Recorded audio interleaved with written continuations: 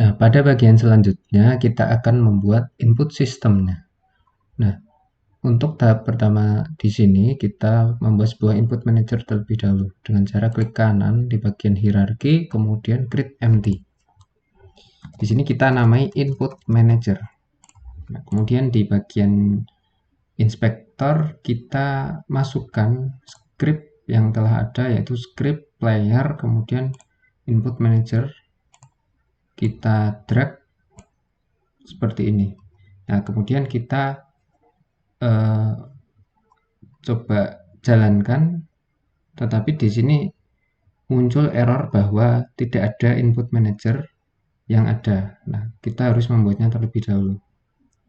Untuk itu kita pilih add komponen, kemudian kita cari bagian player input, lalu di sini tampak bahwa actionnya itu adalah none. Nah, di sini kita harus membuat action dari player inputnya sendiri. Caranya adalah menuju ke bagian prefabs, kemudian bagian input, kemudian kita pilih create, pilih yang paling bawah yaitu input action, lalu di sini kita beri nama player input. Nah, setelah itu kita menuju lagi ke bagian input manager. Nah, di sini setelah player inputnya kita buat, kita bisa melakukan drag ke sini. Nah, kita buat terlebih dahulu untuk player input actionnya. Caranya double klik, kemudian kita membuat action map. Jangan lupa ini dicentang autosave-nya. Action map-nya kita beri nama map, kemudian actionnya kita beri nama movement untuk mengatur pergerakan dari playernya. Nah, pergerakan player di sini kita menggunakan tombol WASD. Itu berarti kita harus membuat sebuah vector composite ya, dengan cara klik kanan kemudian add to vector composite. Setelah itu kita bisa atur di sini di bagian tombol-tombolnya. Nah, di bagian tombol up kita beri tombol W, kemudian untuk down kita beri tombol S, kemudian untuk left kita beri tombol A, kemudian untuk right kita beri tombol D pada keyboard semua. Nah, kemudian pada movementnya kita pilih action type-nya yaitu value dengan kontrol tipenya adalah vector2.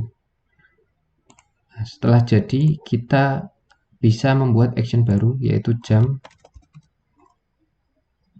Jump di sini dengan kondisi adalah melompat. Kita buat tombol space untuk mengaturnya, kemudian kita buat mouse position untuk mengatur posisi mouse. Nah, untuk mouse position sendiri kita di sini atur action type-nya yaitu value dan control type-nya adalah vector2. Nah, kemudian di sini kita beri position mouse. Nah, setelah itu kita tambahkan action baru yaitu kondisi pause. Kondisi pause di sini kita beri tombol escape. Nah, seperti itu. Jangan lupa dicentang autosave-nya, kemudian kita close. Setelah kita close, kita kembali ke bagian input manager. Lalu di bagian player input, kita drag player input yang telah kita buat tadi ke bagian action. Nah, di bagian action, di sini kita dapati bahwa sudah berhasil diimport. Kemudian pada bagian behavior, kita pilih yang invoke unity events. Kemudian kita menuju ke events, map. Pada bagian movement, kita klik tambah. Di bagian sini, kita harus memasukkannya ke dalam list. Kita klik tambah, kemudian dari input manager tadi kita drag kembali ke bagian yang non.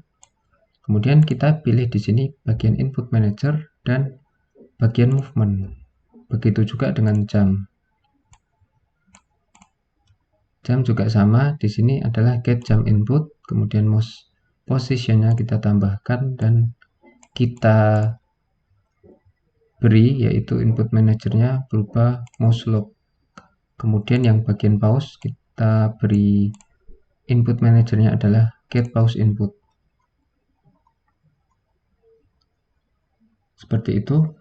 Kemudian kita klik save dan kita coba jalankan dengan klik play. Nah, tampak di sini bahwa playernya itu sudah berhasil berjalan dan berhasil melompat juga untuk tombol WASD dan tombol space-nya. Nah, agar bisa digunakan kembali input manajernya, kita harus mendrag dari input manager ke bagian project, kemudian asset, prefab, input, kita drag ke input seperti ini. Nah, ini dia bisa digunakan kembali nantinya.